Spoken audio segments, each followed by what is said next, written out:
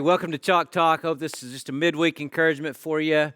2 Timothy chapter 2, verse 2 is one of my favorite verses in the Bible, and I just want to encourage you with it this week. We have such a privilege and opportunity to pass on the things that God does with us, and that's exactly what Paul is writing to Timothy here, and just telling him, this is like his last letter. This is kind of one of the last things he's telling him before he'll go on to be with the Lord. And he says, the things which you've heard from me in the presence of many witnesses, entrust these to faithful men who will be able to teach others also.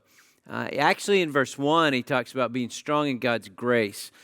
So we're strong in the grace of Christ. And they say, okay, the things you've heard. So you've heard things from me. Timothy's been with him. He's listened to him. He's been with him in the presence of many witnesses. The things that Paul has said about Christ, he's been said in the presence of a number of people. And Timothy, he's heard this. So this is Paul to Timothy.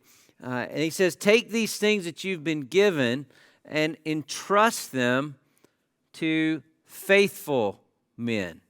And I love what he says here, because this is a great picture of what discipleship is and passing down to the generations.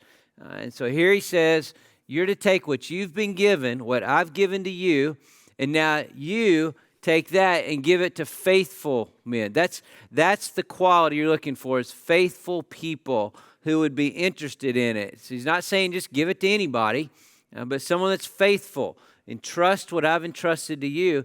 And then it moves one more generation down, and faithful men who will also be able to teach others.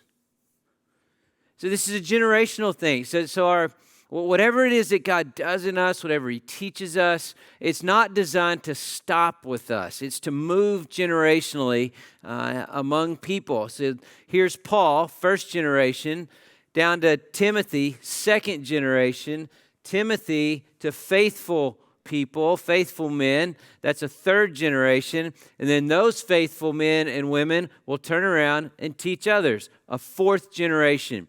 What a beautiful picture of how the good news of Jesus Christ spreads. I hope this week you're able to pass on some truth to someone that they can in turn pass on to somebody else.